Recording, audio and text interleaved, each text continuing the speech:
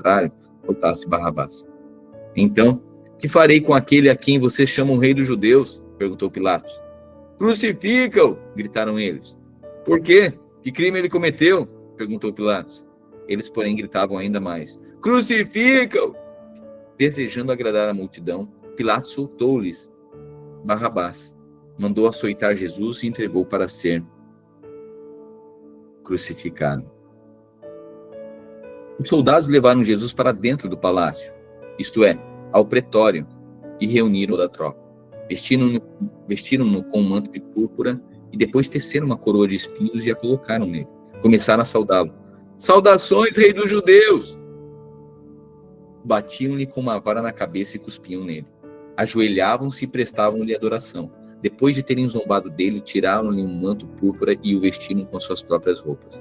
Em seguida, levaram-no para fora a fim de crucificá-lo.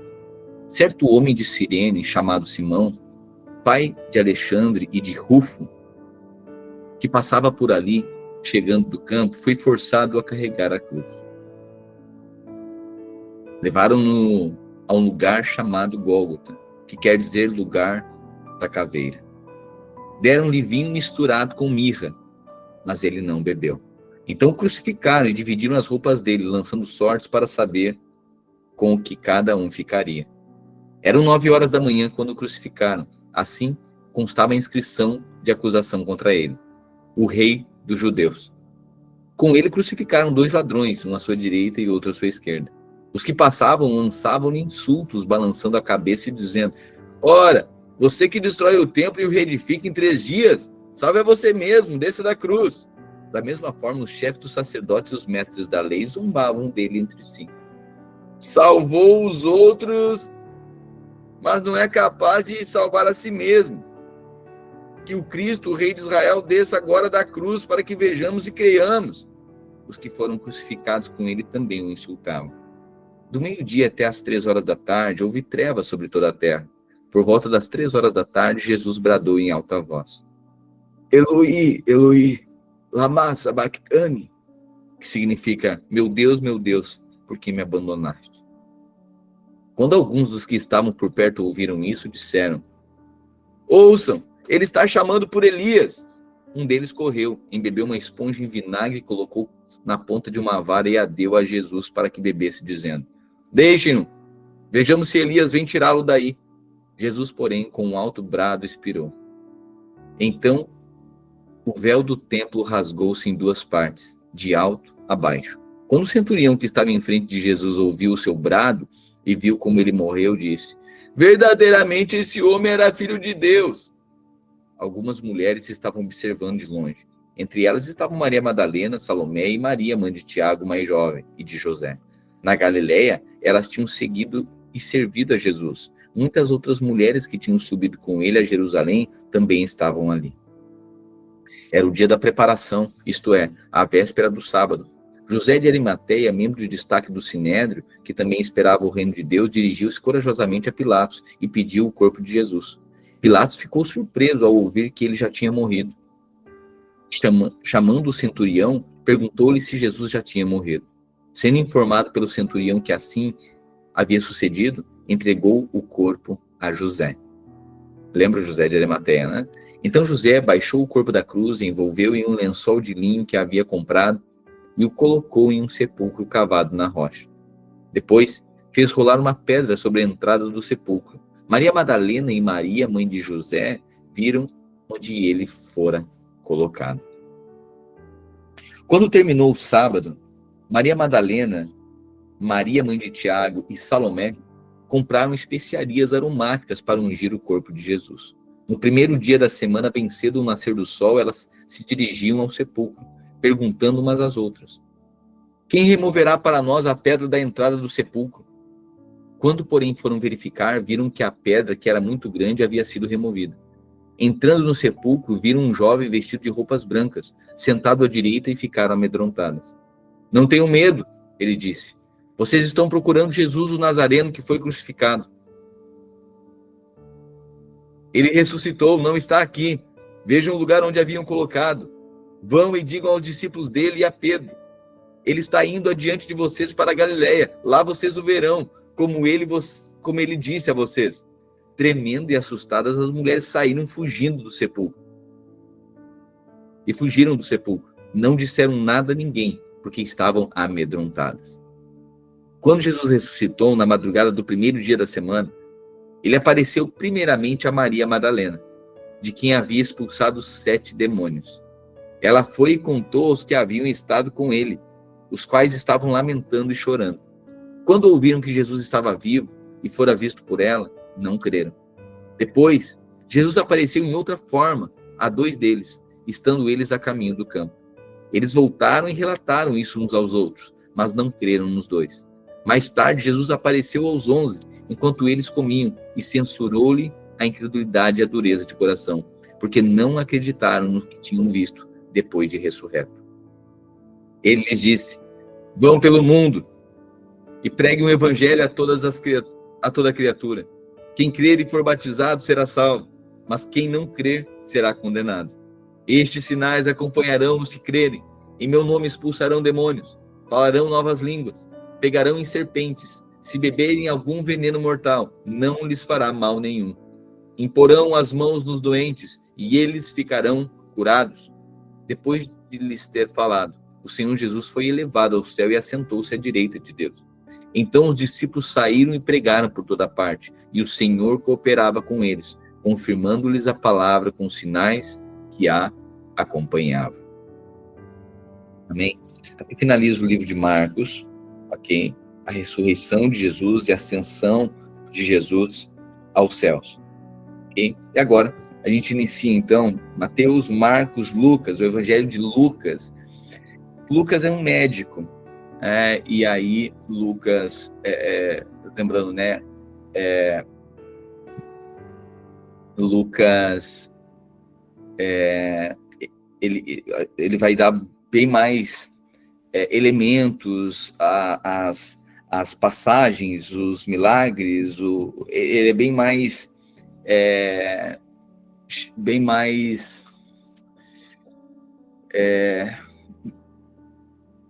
ele, vou achar a palavra aqui, de alguma forma ele é bem mais especificado, ele detalha, é bem mais detalhado. Por quê? Porque é médico, né? Então o médico escrevendo é cheio de detalhes, atenta-se a muitos detalhes. Você viu que o livro de Marcos, né, de João Marcos, ele é mais, ele relata mais os feitos de Jesus, mas ele não é tão detalhado, né? E aí, tanto é que é o menor dos evangelhos, né? Mas o livro de Lucas agora, a gente vai perceber o quanto é recheado de detalhes, ok? Então, o evangelho segundo Lucas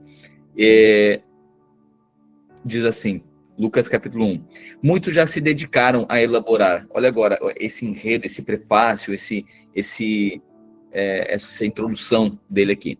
Muitos já se dedicaram a elaborar um relato dos fatos que aconteceram entre nós. Lucas escrevendo, conforme nos foram transmitidos por aqueles que desde o início foram testemunhas oculares e servos da palavra. Ok? Tanto é que Paulo vai relatar coisas para Lucas. Lucas vai escrever, né? Então, perceba agora o que ele está dizendo. Muitos já se dedicaram a elaborar um relato dos fatos que aconteceram, conforme nos foram transmitidos. Ou seja, Lucas, como que tu sabe disso? Bom, porque foram transmitidos por testemunhas oculares. Então ele agora pegava testemunhos de pessoas que viram, que estavam juntos, que acompanharam, e agora faz aqui um compilado disso e começa a registrar. Eu mesmo investiguei tudo cuidadosamente. Olha só o detalhe, né, Lucas? Eu mesmo investiguei tudo cuidadosamente desde o começo e decidi escrever-te um relato ordenado, ó excelentíssimo Teófilo, para que tenhas certeza das coisas que te foram ensinadas. No tempo de Herodes, rei da Judéia, havia um sacerdote chamado Zacarias. Ou seja, Lucas agora faz esse compilado aqui de forma detalhada, cuidadosa, em que ele investiga, e aí ele começa a contar, então, toda a história da vida de Jesus, ok? Então, cada uma desses livros, tanto o relato de Mateus, Marcos, João Marcos, e agora Lucas, eles são São livros, então, contando, segundo uma perspectiva, né, contando a história de Jesus. Pois bem, no tempo de Herodes, rei da Judéia, havia um sacerdote chamado Zacarias, que pertencia ao grupo sacerdotal de Abias. Isabel, a mulher dele, também era descendente de Arão. Ambos eram justos aos olhos de Deus, porque obedeciam de modo irrepreensível a todos os mandamentos e preceitos do Senhor. Eles, porém, não tinham filhos, porque Isabel era estéril e ambos eram de idade avançada. Certa vez, estando de serviço do seu grupo, Zacarias servia como sacerdote diante de Deus. Ele foi escolhido por sorteio, de acordo com o costume do sacerdócio, para entrar no templo do Senhor e oferecer incenso. Quando chegou a hora de oferecer incenso, o povo todo estava orando do lado de fora. Então um anjo do Senhor apareceu a Zacarias, à direita do altar do incenso. Quando Zacarias viu o anjo, ficou assustado e dominado pelo medo. O anjo, porém, lhe disse: Não tenha medo, Zacarias, pois a sua oração foi ouvida. Isabel, sua mulher, dará a você um filho, e você lhe dará o nome de João. Ele será motivo de prazer e alegria para você, e muitos se alegrarão por causa do nascimento dele, pois será grande aos olhos do Senhor. Ele nunca tomará vinho nem bebida fermentada e será cheio do Espírito Santo desde antes do seu nascimento. Fará retomar muitos do povo de Israel ao Senhor, o Deus deles. Ele irá adiante do Senhor no espírito e no poder de Elias. Lindo isso, né? A gente já falou sobre isso, né? Olha só a profecia.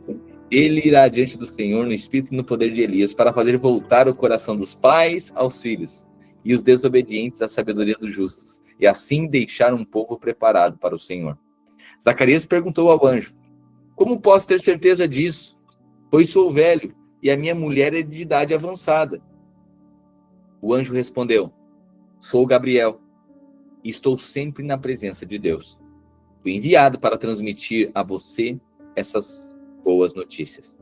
Agora, você ficará mudo, não poderá falar até o dia em que isso acontecer, porque não acreditou nas minhas palavras, as quais se cumprirão no devido tempo. Enquanto isso, o povo esperava por Zacarias, estranhando a sua demora no templo. Quando ele saiu, não conseguia falar nada. Então o povo percebeu que ele tivera uma visão no templo. Zacarias fazia sinais para eles, mas permanecia mudo. Então, lembrando, né, Zacarias, um sacerdote do templo, recebe agora uma visão de um anjo e disse: Olha, tua esposa Isabel ficará grávida, né, e o fruto desse ventre aí vai preparar o caminho para o Senhor.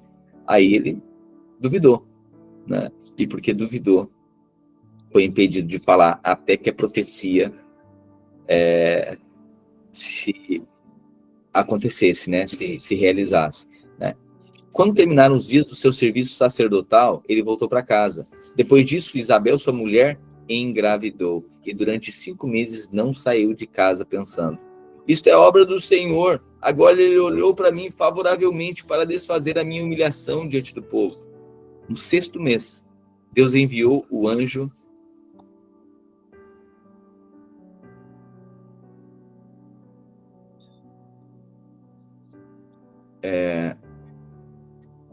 no 6º mês, Deus enviou o anjo Gabriel a Nazaré, cidade da Galileia, a uma virgem prometida em casamento a certo homem chamado José, descendente de Davi. O nome da virgem era Maria. O anjo, aproximando-se dela, disse: Saudações, agraciada, o Senhor está com você. Maria ficou assustada com essas palavras, pensando no que poderia significar essa saudação. O anjo, porém, lhe disse: Não tenha medo, Maria, pois você foi agraciada por Deus. Você ficará grávida e dará à luz a um filho e lhe porá o nome de Jesus. Ele será grande, será chamado Filho do Altíssimo. O Senhor Deus lhe dará o trono de Davi, o seu pai, e ele reinará para sempre sobre o povo de Jacó. O seu reino jamais terá fim. Linda profecia, né? Lhe dará o trono de Davi, porque a profecia é que o trono de Davi jamais teria fim, né? E agora vem Jesus, ou seja, o trono de Jesus, quando Jesus estabelecer então o seu governo, jamais terá fim. Então Jesus, por isso que ele é, né, a raiz de Davi, né, o descendente da tribo de Judá, né? 34. Maria perguntou ao anjo: como acontecerá isso? Uma vez eu sou virgem. O anjo respondeu: o Espírito Santo virá sobre você, e o poder do Altíssimo a cobrirá com a sua sombra.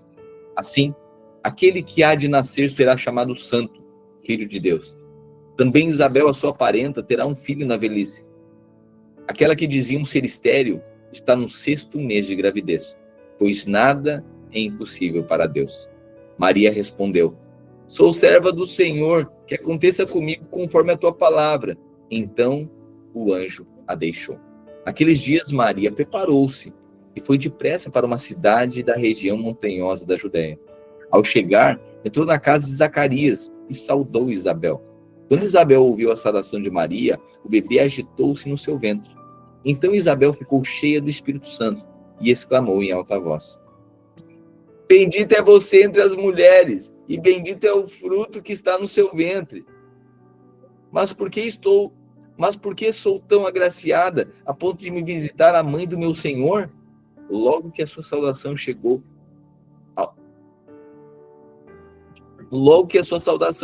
aos meus ouvidos, o bebê que está no meu ventre se agitou de alegria. Bem-aventurada é aquela que creu que se cumprirá aquilo que o Senhor lhe disse. Então Maria disse: a minha alma engrandece ao Senhor, e o meu espírito se alegra em Deus, o meu Salvador, pois atentou para a humildade da tua serva. Portanto, de agora em diante, todas as gerações me chamarão de bem-aventurada, porque o Poderoso fez grandes coisas em meu favor. Santo é o seu nome. A sua misericórdia estende-se aos que o temem, de geração a geração. Ele realizou feitos poderosos com seu braço, dispersou os que são soberbos no íntimo do coração, derrubou governantes dos seus tronos, mas exaltou os humildes, encheu de coisas boas os famintos, mas despediu de mãos vazias os ricos. Ajudou Israel, o seu servo, lembrando-se da sua misericórdia, para com Abraão e os seus descendentes para sempre, como disseram aos nossos antepassados. Maria ficou com Isabel cerca de 3 meses e depois voltou para casa. Ao completar o tempo de Isabel dar à luz, ela teve um filho. Os vizinhos e os parentes ouviram falar da grande misericórdia que o Senhor lhe havia demonstrado e se alegraram com ela. No 8º dia, foram circuncidar o menino e queriam dar-lhe o nome do pai, Zacarias.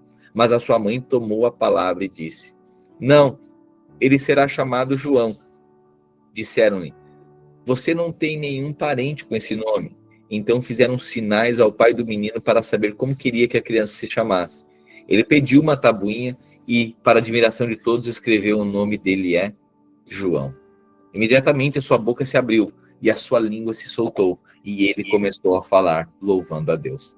Todos os vizinhos ficaram cheios de temor, e por toda a região montanhosa da Judéia se falava sobre essas coisas. Todos os que ouviam falar disso se perguntavam: o que será este menino? Pois a mão do Senhor estava com ele. Zacarias, o seu pai, foi cheio do Espírito Santo e profetizou: louvado seja o Senhor, o Deus de Israel, porque visitou e redimiu o seu povo. Ele levantou um chifre de salvação para nós, da linhagem de Davi, o seu servo, como falara pelos seus santos profetas na antiguidade, salvando-nos dos nossos inimigos e da mão de todos os que nos odeiam, para mostrar sua misericórdia aos nossos antepassados e lembrar a sua santa aliança, o juramento que fez a Abraão, nosso pai, resgatar-nos da mão dos nossos inimigos, para servirmos a ele sem medo, em santidade e justiça diante dele, todos os nossos dias. E você, meu filho, será chamado profeta do Altíssimo, pois irá adiante do Senhor para lhe preparar o caminho, para dar ao seu povo o conhecimento da salvação, mediante o perdão dos seus pecados. Por causa das ternas misericórdias do nosso Deus, pelas quais do alto nos visitará o sol nascente, para brilhar sobre aqueles que vivem nas trevas e na sombra da morte, e guiar os nossos pés no caminho da paz.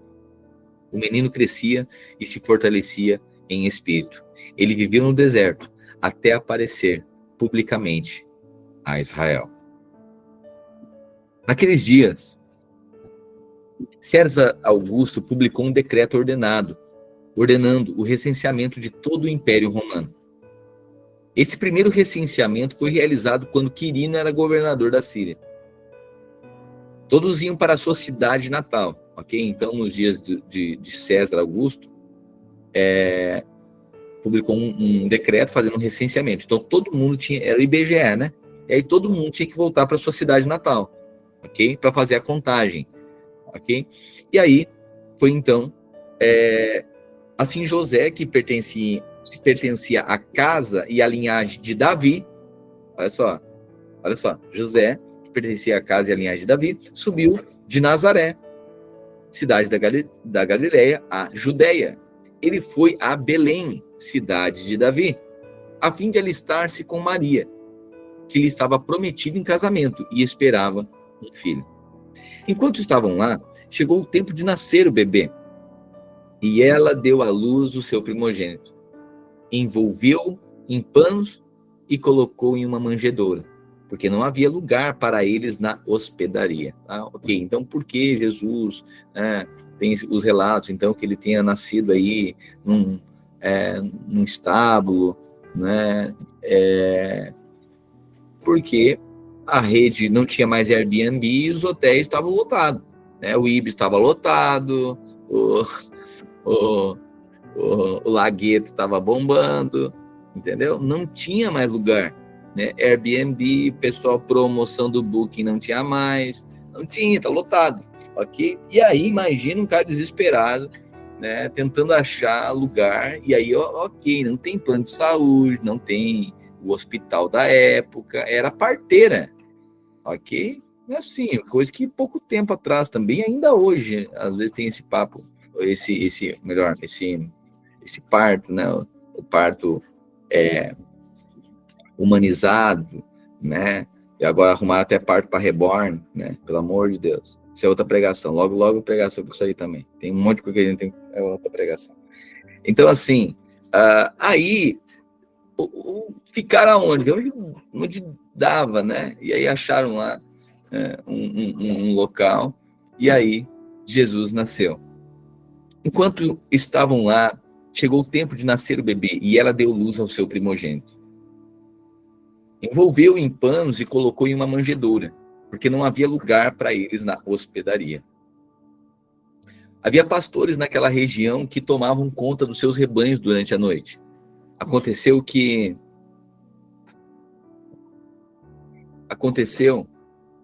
um anjo do Senhor lhes apareceu. A glória do Senhor resplandeceu ao redor deles, e ficaram aterrorizados. Então o anjo lhes disse: não tenham medo, pois trago boas novas de grande alegria para vocês, que são para todo o povo. Hoje, na cidade de Davi, nasceu o Salvador, que é Cristo, o Senhor. Então perceba, né, a boa notícia do anjo. Hoje, na cidade de Davi, nasceu o Salvador, que é Cristo, o Senhor. Você percebe que a vida cristã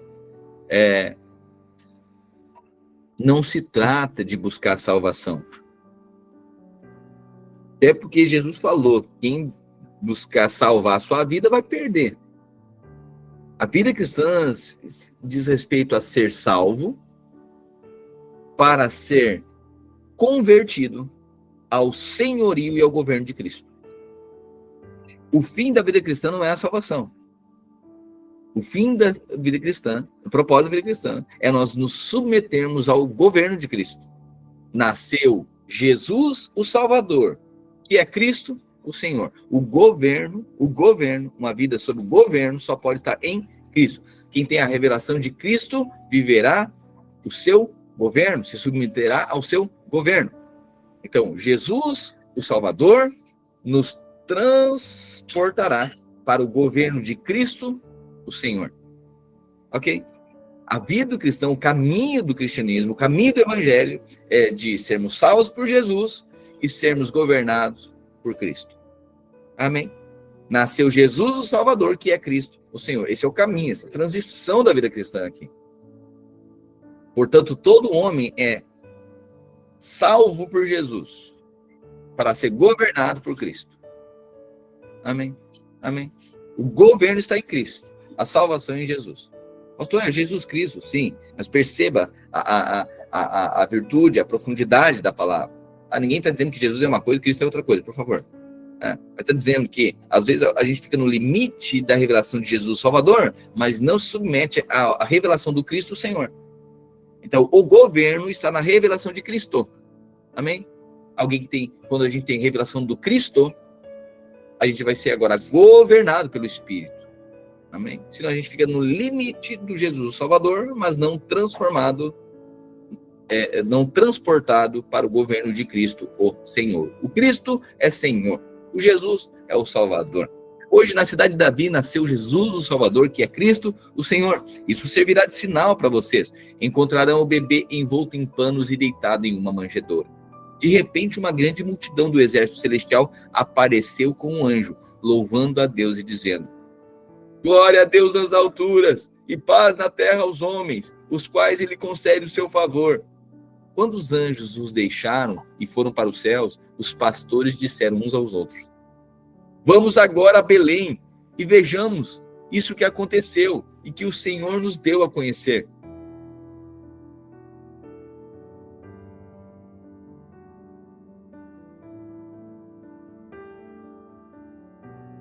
Propriamente aqui, é interessante isso, né? A partir desse momento, os pastores, eles começam a se deslocar para Belém. Pode ver, o anjo aparece para eles e aí revela: hoje nasceu o Salvador. Então, até eles se deslocarem, né? Levou aí algum tempo, pode ter levado alguns dias, né? Eu sei que quando a gente olha, né, que os magos, parece que está todo mundo ali, o guri nascendo e está todo mundo ali.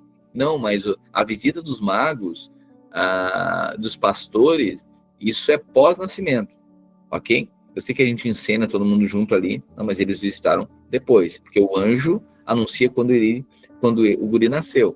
Mas agora eles começam a se deslocar para ir achar onde que Jesus estava, ok? Então, provavelmente o guri o menino aí. Então, certamente já não era, já tinha dias de vida, né?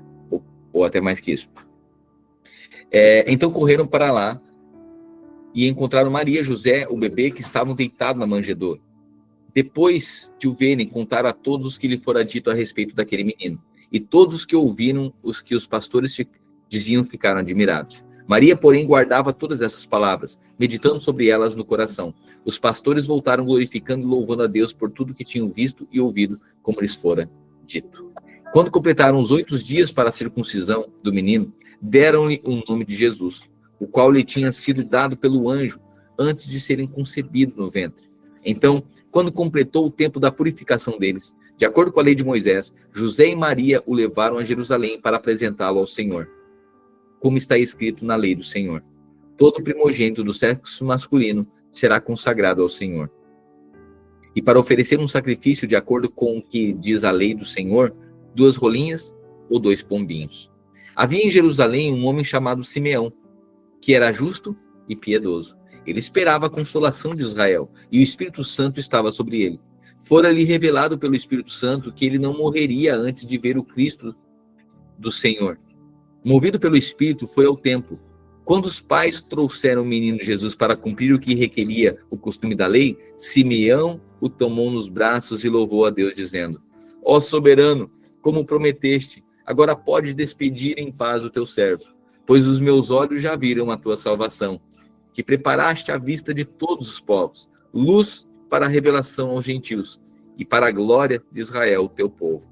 O pai e a mãe do menino estavam admirados com o que fora dito a respeito dele. Simeão os abençoou e disse a Maria, mãe de Jesus: este menino está destinado a causar a queda e o levantamento de muitos em Israel, e a ser um sinal de contradição, de modo que os pensamentos do coração de muitos sejam revelados. Quanto a você, uma espada atravessará a sua alma. Meu Deus. É duro para uma mãe ouvir isso, hein? Esse menino está destinado a causar a queda e o levantamento de muitos, e a ascensão de muitos em Israel. Vai ser um sinal de contradição, de modo que os pensamentos do coração de muitos serão revelados.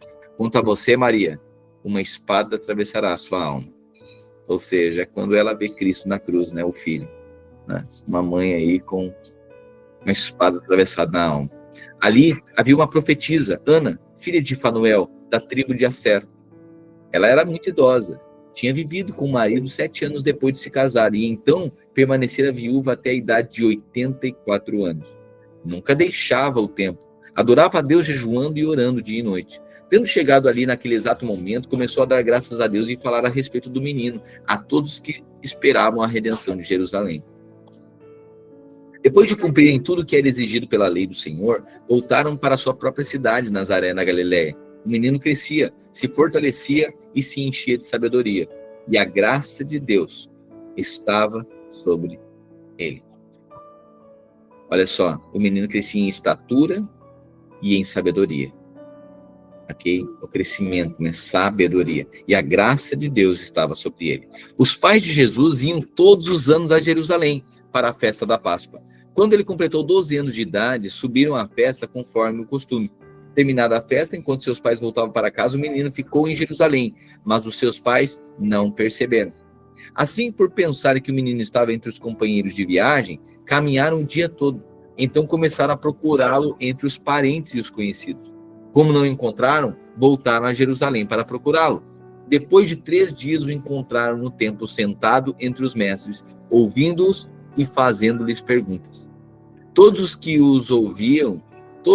o ouviam ficavam maravilhados com seu entendimento e com as suas respostas. Quando seus pais ouviram, ficaram perplexos. Então a sua mãe lhe disse: Filho, por que você fez isso conosco? O seu pai e eu estávamos aflitos à sua procura. Você vê que aqui essa descrição ela está romântica, né? Eu imagino que Jesus levou aí uns pedala-robinho, não é possível. Imagina uma mãe em 3 dias. Sabe aquela coisa de perder a criança no mercado? Perder no parque? Perder na praça? A criança ir para um lado que tu não acha mais, tu fica desesperado no shopping. Uma mãe desesperada, onde é que tu tá? Quando a mãe pega, todo aquele nervosismo, toda aquela euforia, ou melhor, todo o nervosismo, toda aquela apreensão, toda aquela angústia. Aí a mãe daí transforma em raiva, diz: agora eu vou te matar. Interessante, né? Que a mãe tava com medo que o guri morresse. Mas quando pega, vai matar o guri. Né? Então é mais ou menos isso aqui. Uma mãe, ela fica brava, diz: onde é que tu tava? E tal, e já pega e já dá um laço no guri. Então imagina, 3 dias, claro, tava voltando de Jerusalém, Jesus ficou. Ela: mas como que José e Maria não se atentaram? Assim, eles não estavam sozinhos, né? Gente, parente, todo mundo caminhando junto, e pensa que o guri tá por ali, brincando, caminhando junto e vindo ali. E aí depois, eles se dão conta que não estavam. Gente, é 1 dia de viagem, tá? Então tem que voltar novamente, tem 1 dia de retorno de viagem. E aí começa a procurar agora em Jerusalém. Não é passa o WhatsApp, ver com a polícia, não, tem que procurar onde é que tá, ninguém sabe, pergunta, aquela situação todo guri de 12 anos. E depois de 3 dias, então, 1 de retorno mais 2, aí encontra o menino. Aí disse assim: por que tu fez isso conosco? Teu pai e eu, a gente tava te procurando. Ele perguntou: por que vocês estavam me procurando? Não sabia que eu devo estar envolvido nos assuntos do meu pai? Eles, porém, não compreenderam o que ele disse. Então, foi com eles para Nazaré. E lhes era obediente. Tá entendendo? Então, já se submeteu. José certamente já ameaçou ele e disse: vamos embora. A sua mãe, porém, guardava todas essas coisas no coração. Jesus crescia em sabedoria, estatura e graça diante de Deus e dos homens. Sabe algo interessante? Sabedoria, estatura e graça é uma coisa que pode ser crescente na nossa vida. Amém? Que eu e você cresçamos em sabedoria e graça. Amém? E se der estatura também, né? Eu tô mais uns 5 centímetros, já me ajuda também. Tá? Mas assim, que eu e você cresçamos em sabedoria e graça. Graça, ela pode ser crescente na nossa vida. Amém? Graça, favor, sabedoria crescente na nossa vida. E por fim,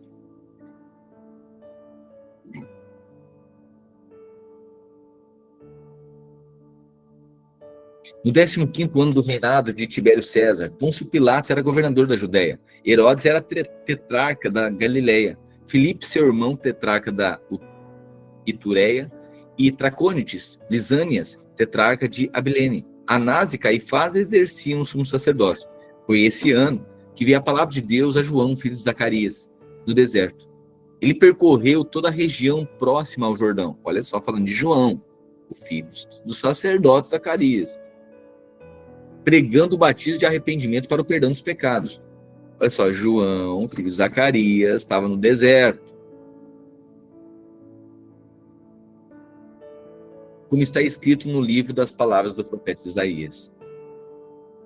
Vós que clamam no deserto, preparem o caminho para o Senhor, endireitem as veredas para ele. Todo vale será aterrado, e todos os montes e colinas serão nivelados. As estradas tortuosas serão endireitadas, e os caminhos acidentados aplanados. Todas as pessoas verão a salvação de Deus. Então João dizia às multidões que saíam para serem batizados por ele: raça de víboras, quem deu a vocês a ideia de fugir da ira que virá? Deem frutos que mostrem arrependimento. Não comecem a dizer a vocês mesmos: temos Abraão como pai, pois eu digo que dessas pedras pode fazer surgir filhos a Abraão. O machado já está posto à raiz das árvores, e toda árvore que não der bom fruto será cortada e lançada no fogo. Então o que devemos fazer? Perguntavam as multidões. João respondia: quem tem 2 túnicas, dê uma a quem não tem nenhuma, e quem tem comida, faça o mesmo. Alguns publicanos também vieram para ser batizados. Eles perguntaram: mestre, o que devemos fazer? Ele respondeu: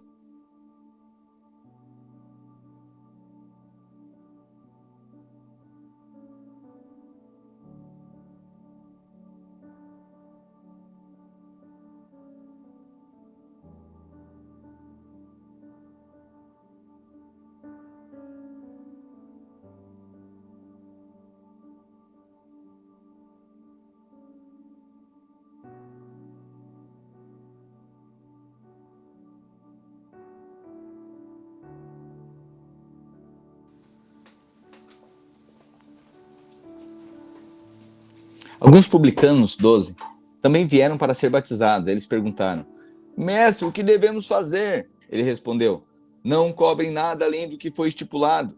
Então alguns soldados lhe perguntaram: e nós, o que devemos fazer? Ele respondeu: não pratiquem extorsão, nem acusem ninguém falsamente, e contentem-se com o seu salário. O povo estava em grande expectativa, pensando no seu coração se acaso João não seria o Cristo. João respondeu a todos: eu os batizo com água, mas virá aquele que é mais poderoso do que eu, de quem não sou digno de desamarrar as correias das sandálias. Ele os batizará com o Espírito Santo e com fogo. Ele traz a pá na mão para limpar a sua eira e ajuntar o trigo no seu celeiro, mas queimará a palha com fogo que nunca se apaga. João anunciava-lhe as boas novas ao povo, exortando-os com muitas outras palavras. No entanto, quando João repreendeu Herodes, lembra-se disso? Que Herodias depois pede a cabeça de João? Lembra-se disso? Olha só. No entanto, quando João repreendeu Herodes, o tetrarca, por causa de Herodias, mulher do irmão de Herodes, e por todas as outras coisas más que ele tinha feito, Herodes acrescentou a todas elas a de colocar João na prisão. Quando todo o povo estava sendo batizado, Jesus também foi. Enquanto ele estava orando, o céu se abriu e o Espírito Santo desceu sobre ele em forma corpórea, como pomba. Então veio do céu uma voz: você é meu filho amado, em quem eu tenho prazer. Jesus tinha cerca de 30 anos de idade quando começou seu ministério. Ele era considerado filho de José, filho de Eli, filho de Matate, filho de Levi, filho de Melqui, filho de Janá e filho de José, filho de Matatias, filho de Amós, filho de Naum, filho de Esli, filho de Nagai, filho de Maate, filho de Matatias, filho de Semei, filho de Joseque, filho de Jodá, filho de Joanã, filho de Ressa, filho de Zorobabel, filho de Salatiel, filho de Neri, filho de Melqui, filho de Adi, filho de Cozã, filho de Elmadã, filho de filho de Josué, filho de Eliezer, filho de Jorim, filho de Matate, filho de Levi, filho de Simeão, filho de Judá, filho de José, filho de Jonã, filho de Eliaquim, filho de Meleá, filho de Mená, filho de Matatá, filho de Natã, filho de Davi, filho de Jessé, filho de Obed, filho de Boaz, filho de Salmão, filho de Naasson, filho de Aminadab, filho de Ram, filho de Esrom, filho de Pérez, filho de Judá, filho de Jacó, filho de Isaac, filho de Abraão, filho de Tera, filho de Naor, filho de Serug, filho de Hagaú, filho de Peleg, filho de Eber, filho de Salá, filho de Cainã, filho de Arfaxade, filho de Sem, filho de Noé, filho de Lameque, filho de Matusalém, filho de Enoque, filho de Jared, filho de Maalalel,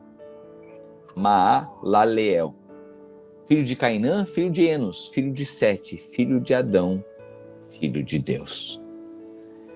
Então você percebe aqui a genealogia de Jesus.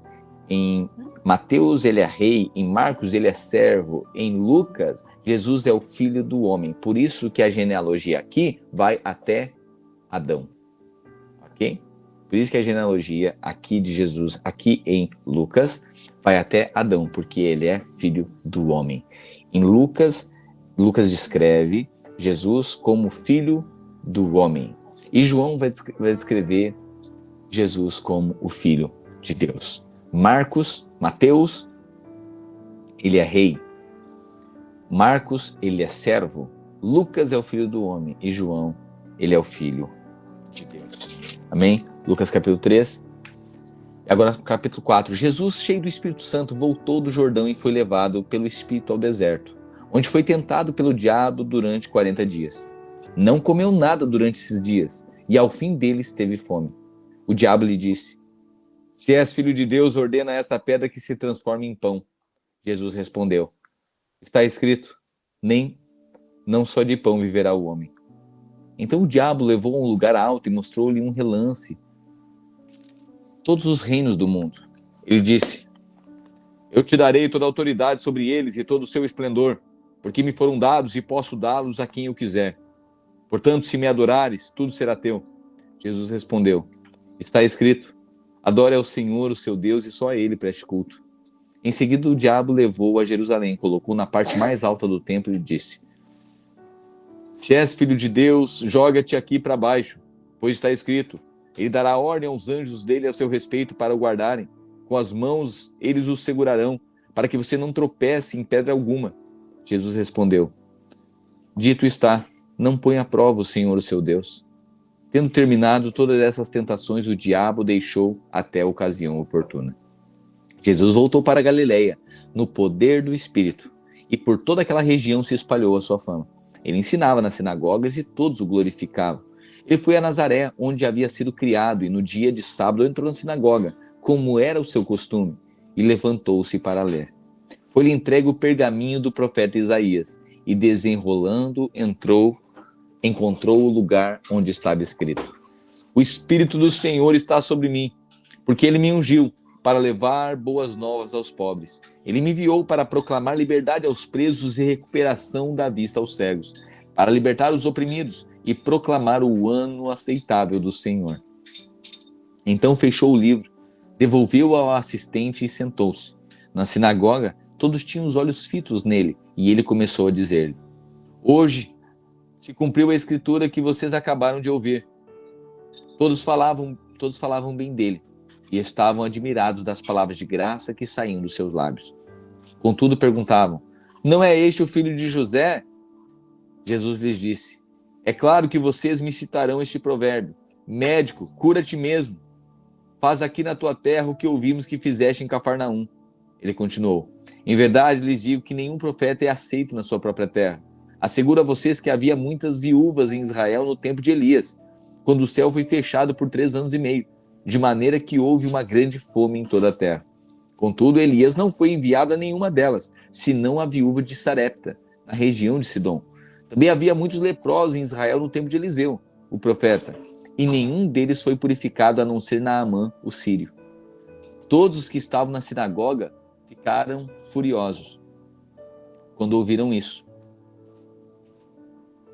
Eles se levantaram, expulsaram-no da cidade e o levaram até o topo da colina sobre a qual fora construída a cidade, a fim de lançá-lo. Olha só, todos que estavam na sinagoga ficaram furiosos quando ouviram isso. Eles se levantaram, expulsaram-no da cidade e o levaram até o topo da colina sobre a qual fora construída a cidade, a fim de lançá-lo precipício abaixo. Jesus, porém, passou por entre eles e retirou-se. É interessante aqui, né? Porque Jesus, ele diz: olha, esse de quem o profeta Isaías profetiza, sobre quem o profeta Isaías profetiza sou eu. E aí ele diz assim, olha, é claro que vocês vão citar esse provérbio, né? Médico, cura-te a ti mesmo. Ou seja, resolve-te a ti mesmo. Sim, porque na cruz foi dito isso, né? Salva-te, então, se tu és filho de Deus, salva-te a ti mesmo. Era isso que a profecia estava dizendo. Então Jesus começa a se proclamar como filho de Deus.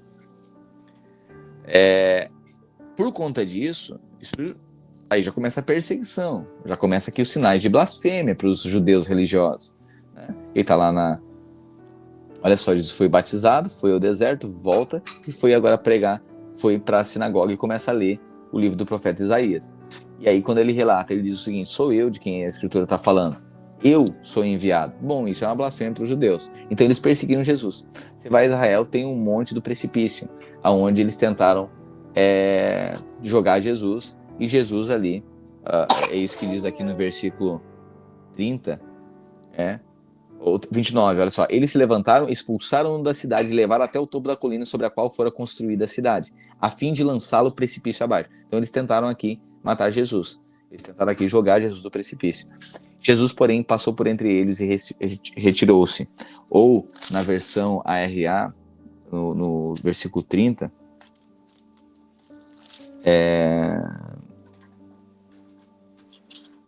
aqui na versão ARA, no versículo 30, diz assim,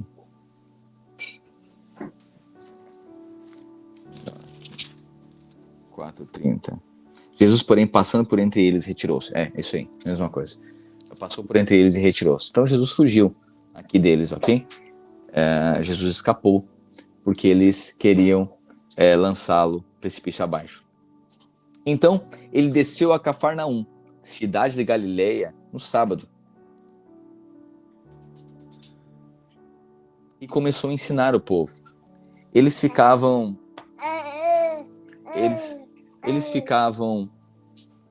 maravilhados com o seu ensino, porque falava com autoridade.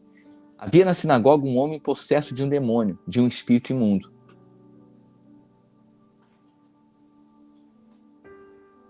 O qual gritou com toda a força: que queres conosco, filho de Nazaré? Vieste para nos destruir? Sei quem tu és, o Santo de Deus. Jesus, porém, o repreendeu, dizendo: cale-se e saia dele. Então o demônio jogou o homem no chão diante de todos e saiu dele sem o ferir. Todos ficaram admirados e diziam uns aos outros: que palavra é essa? Até os espíritos imundos dão ordem com autoridade e poder e eles saem. As notícias a seu respeito se espalhavam por toda aquela região. Jesus saiu da sinagoga e foi à casa de Simão. A sogra de Simão estava com febre alta e pediram a Jesus que fizesse algo por ela. Estando em pé junto dela, inclinou-se e repreendeu a febre, que a deixou. Ela se levantou imediatamente e passou a servi-los. Ao pôr do sol, o povo trouxe a Jesus todos os que tinham vários tipos de enfermidades. Ele impôs as mãos em cada um deles e os curou. Além disso, de muitas pessoas saíam demônios gritando: tu és filho de Deus! Ele, porém, os repreendia e não permitia que falassem, porque sabiam que ele era o Cristo. Ao romper do dia, Jesus foi a um lugar deserto. As multidões o procuravam, e quando chegaram até onde ele estava, insistiram que não as deixasse. Ele, porém, disse: é necessário que eu pregue o evangelho do reino de Deus em outras cidades também, porque para isso fui enviado. E continuava pregando nas sinagogas da Judéia. Amém? Até aqui. Hoje a gente para aqui em Lucas capítulo 5. Tenho deixado aí adiantado um capítulo por dia. Na verdade, a gente tem muitos a compensar, né?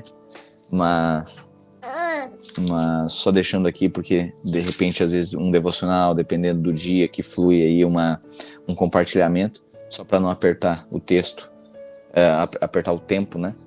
E então já a gente adianta o que pode. Amém? Então você percebe aqui que agora a gente chega em Lucas aqui, um pouco mais detalhado. Mateus, Marcos, Lucas. Lucas, ele é o filho do homem. E E todos eles estão, então, descrevendo, segundo uma perspectiva, as mesmas histórias, né? Alguns acrescentam umas outras histórias, algumas outras passagens, né? Mas, basicamente, Mateus, Marcos, Lucas e João, eles descrevem, então, a vida de Jesus, o nascimento de Jesus, os feitos de Jesus, mas cada um segundo uma perspectiva. Perspectiva do reino, então Jesus fala muitas parábolas em Mateus, né? Jesus fala muitas parábolas em Mateus. Em Marcos, ele é muitos milagres de Jesus em Marcos, né? Porque ele é o servo, né? Então ele esse que veio para servir. E aqui em Lucas, então, ele é descrito a vida de Jesus com muitos detalhes, né? Porque ele é o filho do homem, né? Ele é filho de Adão. Ele é a natureza homem de Jesus, ok? Então as suas lutas, as suas perseguições, os seus desafios é descrito de forma mais detalhada aqui em Lucas. Amém? Uma boa tarde para você. Hoje nós temos o culto logo mais à noite. Prepare o seu coração. Vamos estar juntos para transbordar nessa revelação e nesse caminho, né? Desde semana passada, da remoção do véu, de luz, o Senhor jogando luz no nosso coração, luz na nossa vida. Eu sei que quando a gente fala sobre isso, talvez durante muito tempo a gente ficava amedrontado com isso, né? Porque a gente sempre fugia da luz, né? Como Deus quer condenar, agora isso por vezes amedrontava a gente, né? Nos amedrontava. Mas a verdade do Evangelho é que o Senhor quer nos levar para um lugar de justiça, de retidão, de integridade, de coração puro, sincero, honesto, sem véu. Isso é revelador, isso é transformador, né? E a gente deve se alegrar com isso. Assim como uma casa que está em escuridão, muitas vezes a gente tem vergonha de ligar a luz porque tem muita bagunça lá. O fato é que depois que a luz vem, a gente consegue organizar as coisas de forma muito mais fácil, né? Às vezes a gente tem vergonha que a luz seja acesa, né? Mas é fato que não consegue se organizar no escuro. É muito mais complexo, né? Então o Evangelho vem para organizar, para colocar no lugar aquilo que estava fora do lugar. Não porque Deus é mau, é porque Deus nos ama. Eu quero declarar que a luz está vindo sobre a sua vida, sobre a sua casa, sobre o seu coração. Não é para vergonha, não é para a transformação. Amém? Sermos transformados, sermos uma tradução de quem Deus é. Então nós estamos sendo purificados no Senhor. Amém? Sua vida, o Senhor colocando cada coisa no seu devido lugar. Amém? Isso é transformador. Imagine você crescendo em Deus, talvez você não tenha dimensão que isso já tem transformado você. Às vezes a gente faz leitura do que nos falta, mas não do que a gente já recebeu. A gente às vezes celebra, a gente espera o que nos falta, mas não celebra o que nós já recebemos. E eu seguramente falo para você, você tem muitos motivos já para comemorar. Muita coisa que o Senhor já tem feito na sua vida. Amém? É um caminho, está só começando. Mas será uma glória que aumenta. Será uma glória que não desvanece. Será uma alegria que não acaba. Será uma vida que flui, que aumenta, que libera, que não retém, que não deprecia, que não diminui, que não retroage, que não retrocede. Amém? Então, mais uma vez, uma boa tarde para você e nos encontramos logo mais na nossa celebração. Amém? Graças a paz, queridos. Boa tarde. Amanhã aqui novamente. Lembrando, bem casados aí, os líderes, aguardo. Eu espero que todos os líderes já tenham enviado os links de inscrição, ok? E você, membro, você deve fazer a sua inscrição, você membro e convidado, faça sua inscrição até esse domingo, porque após isso, essa confirmação, a gente estará abrindo para demais convidados, uma vez que nós temos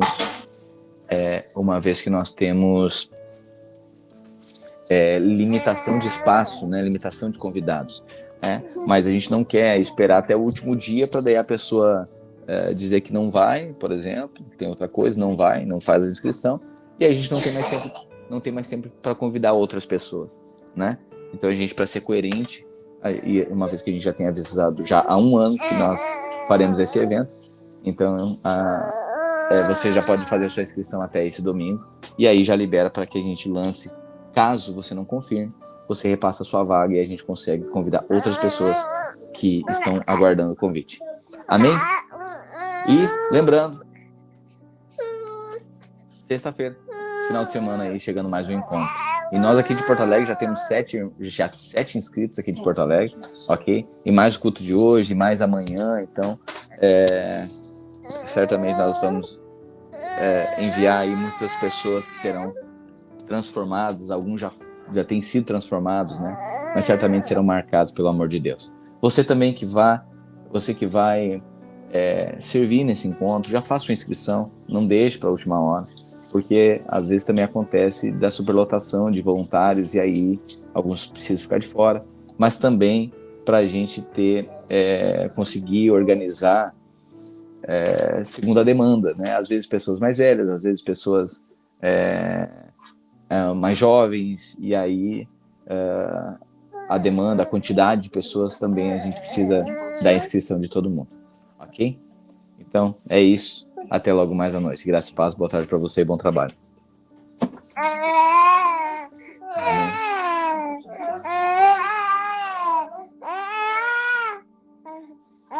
Você tá entendendo, né? Paz, irmãos, graça e paz, boa tarde para vocês. Nos vemos à noite, é tudo isso, né? Eu traduzindo aqui para você. E você sabe, se chorar, você já sabe. 024 958, meu Pix, tá? É choro de Pix, você pode mandar um Pix, tá? Que ele para de chorar, tá bom? Tá vendo? Isso, boa tarde, irmãos. Hoje é noite, nos babies, isso, que mais? Vai com os irmãos.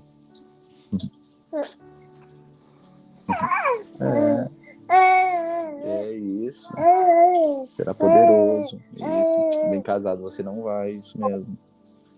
Amém.